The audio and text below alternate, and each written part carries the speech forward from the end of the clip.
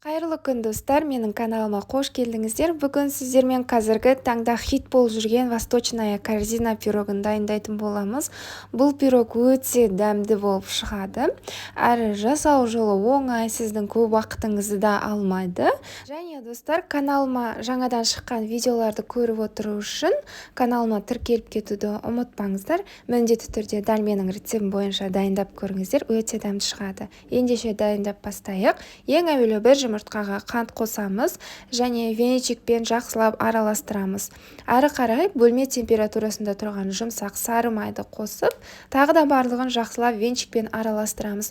Бұл пирогты жасауға бізге ешқандай да миксер қажеті жоқ, қарапайым ғана венчикпен араластыра отырып дайындайтын боламыз. Майдың барлығында біркелкі етіп араластырып болған соң, алдын ала електен өткізіліп өлшеніп тұрған ұнның үстіне қосқыш қосып, бір рет араластырып жіберіп, осы ұнның барлығын жаңағы массамыздың үстінен қосып, бірінші лопаткамен осылай араластырып алсаңыз, сіздің қамырыңыз қазір жұп-жұмсақ нәзік болып шығады. Әрі қарай қолмен араластырып, осы қамырдың барлығын біріктіретін боламыз. Жаңа мен ұнның барлығын бірден қосып жібердім.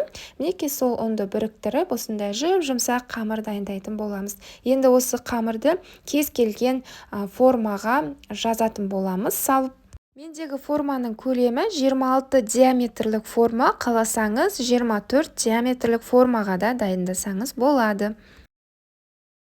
Дәл осылай біркелкі етіп қамырды барлық жеріне жайып шығамыз. Қазір осы қамырымыздың ортасына салмаларымызды салатын боламыз. Салмасына мейіз, жаңғақ және ұсақтап туралған өрік қосатын боламын. Егер сізде өрік болмаса, өрікті қосу міндетті емес.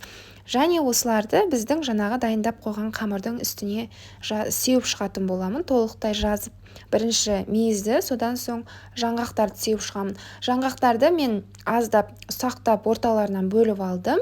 Енді дәл солай ұсақтап туралған өріктерді де сеуіп шығамын. Осының үстінен рогачевтың сгущенкасын құямын. Сгущенка негізінен рогачев немесе деповская сгущенкалар болған дұрыс. Сол сгущенкалар өте дәмді әрі табиғиға жақын болып келеді.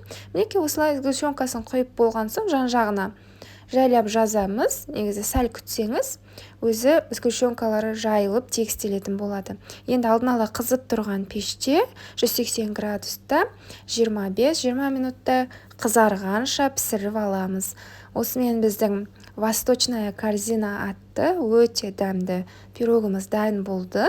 Сіздерге дәл менің рецептім бойынша дайындап көрулеріңізге кеңес беремін. Өздеріңіз видеода көргендеріңізде жасау жолы өте оп-оңай, ас болсын.